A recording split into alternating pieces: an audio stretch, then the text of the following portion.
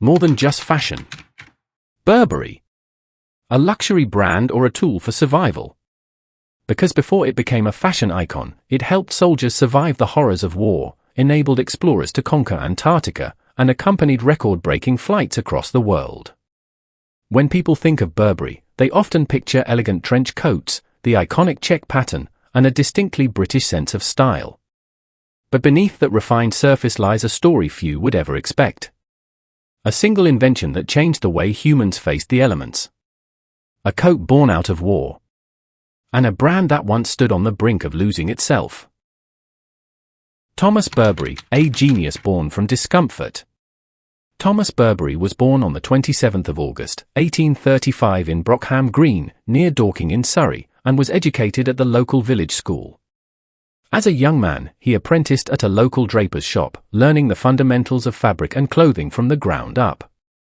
The story truly begins in 1856, when at just 21 years old, he founded the Burberry brand in Basingstoke, England, built on a simple yet powerful idea, that clothing should protect people from the harsh and unpredictable British weather. He wasn't a born genius, nor a celebrated designer of his time. In fact, what set him apart was something far more ordinary: he simply couldn't tolerate discomfort. At the time, rainwear was made from rubber, which, although waterproof, was heavy, suffocating, and almost unbearable to wear for long periods. Imagine walking through relentless British rain wrapped in what essentially felt like a layer of rubber. Thomas Burberry despised it. And instead of accepting the problem, he set out to solve it. In 1879, he invented an entirely new fabric, gabardine, a material that was not only water-resistant, but also breathable, lightweight, and remarkably durable. It wasn't just an improvement. It was a complete rethinking of how humans could live with, rather than fight against, the elements. War created a symbol.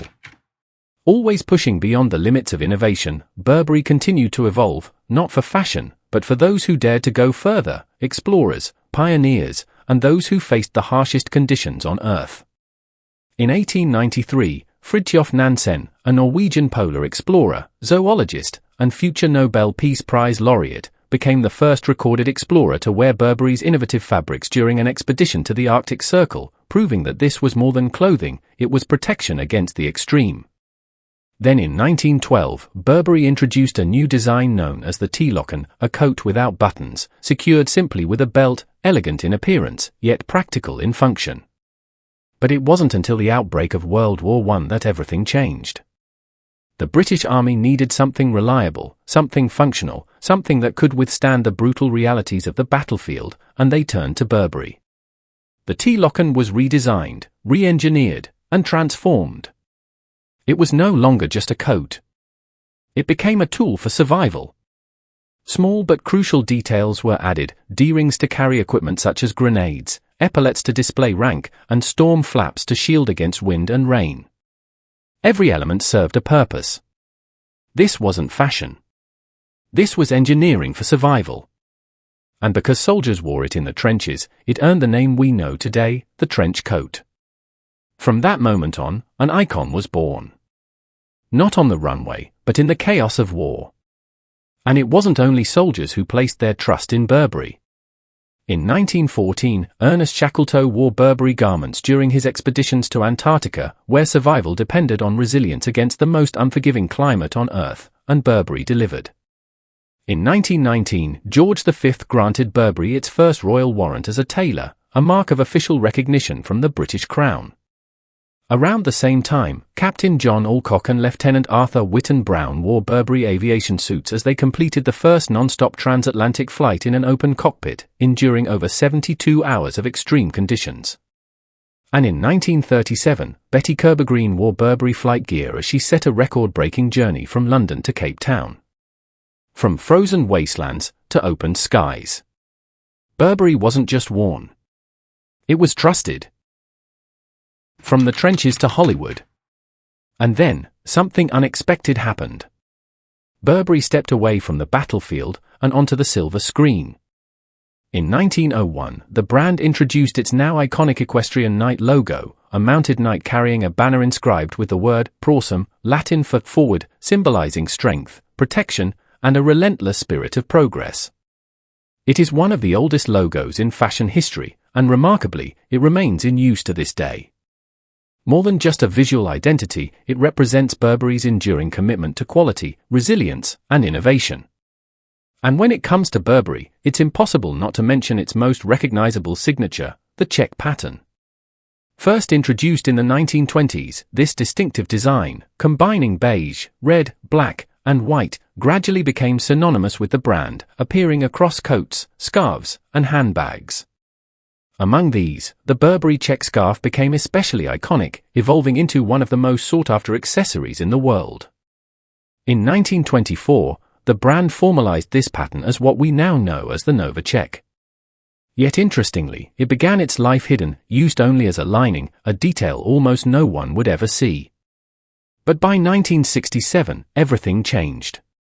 The pattern stepped into the spotlight and became one of the most recognizable designs in the world. One of fashion's most iconic visuals, began in a place no one was looking. Burberry soon found its way into Hollywood, where style and storytelling collide. One of the most unforgettable moments came when Audrey Hepburn wore a Burberry trench coat in the film Breakfast at Tiffany and Appo's, a single scene that would elevate the coat from functional outerwear to cinematic legend.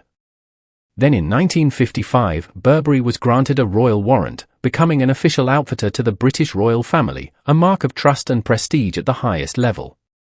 Members of the royal family, including Elizabeth II and Charles III, have been seen wearing Burberry at significant public occasions. And that meant something powerful. Burberry didn't just represent Britain. It was recognized by Britain itself. On the brink, and the reinvention. But not every chapter of this story was a success. By the late 1990s, Burberry found itself in crisis. It was everywhere, and that was precisely the problem. Overexposure began to erode its sense of exclusivity. The image became diluted. The value, increasingly questioned. Burberry was on the verge of losing its identity.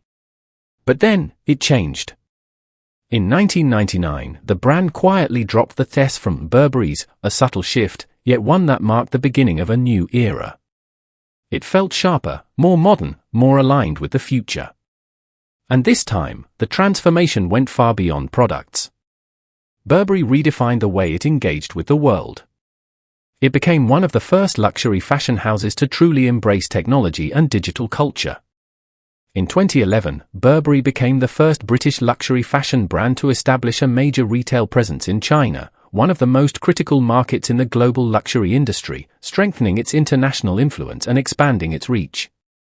In 2013, the brand partnered with Apple to film its fashion show using the iPhone 5S, a bold fusion of fashion and technology that signaled a new direction for the industry. Then in 2015, Burberry became the first luxury fashion house to showcase a collection on Snapchat, embracing a platform that many others were still hesitant to explore, and connecting directly with a younger, digital-native audience. While much of the luxury world held back, Burberry moved forward. True to its philosophy, Prawsome. Beyond fashion, Burberry also expanded its identity through fragrance, introducing signature scents such as Burberry Brit, Burberry Touch, and Burberry Body, each reflecting the same sense of understated elegance and British sophistication. Burberry remained what it had always been, not just a fashion brand, but an innovator. From its patented gabardine fabric to its digital-first mindset, it continued to prove that true legacy is not about standing still, but about evolving. A legacy that never fades. From a young man who simply couldn't tolerate the discomfort of heavy rainwear, Thomas Burberry went on to build an empire. In 1891, the first Burberry store opened on Haymarket in London, a defining milestone that marked the transition from a small shop in Basingstoke to a brand of international influence. That very location still exists today, standing not just as a retail space, but as a symbol of heritage, drawing thousands of visitors from around the world. Burberry was born out of necessity, forged in the harsh realities of war, and refined through time. It doesn't simply sell clothing. It represents resilience, innovation, and a distinctly British spirit. So the next time you see that familiar check pattern, remember this: it wasn't created for fashion. It was created for survival. And if you found this story fascinating, subscribe for more untold business stories. And tell me, what surprised you the most about Burberry?